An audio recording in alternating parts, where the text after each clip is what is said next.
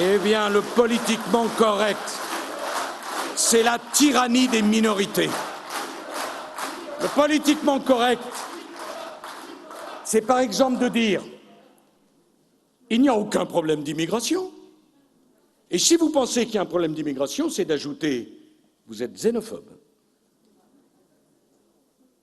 Si vous dites « il y a des Molenbeek dans les banlieues françaises », le politiquement correct, c'est de dire « mais vous jetez de l'huile sur le feu ».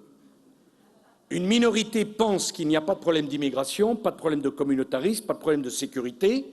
La majorité pense le contraire, mais c'est la minorité qui aujourd'hui décide de ce qu'il convient de dire et, pire, de ce qu'il convient de penser.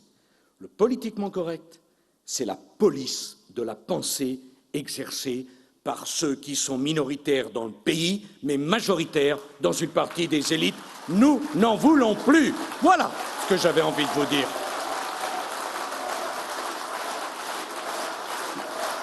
Ces idéologues ont trahi la grande promesse du XVIIIe siècle, celle de la Révolution française, par ce que j'appelle un extrémisme des droits individuels, des droits communautaires, du triomphe des minorités. Mais ils ont aussi trahi la grande promesse du XXe siècle, celle de la construction européenne, en transformant cette magnifique espérance en un espace vide, vide de légitimité démocratique, un espace impersonnel, un espace anonyme, un espace technocratique.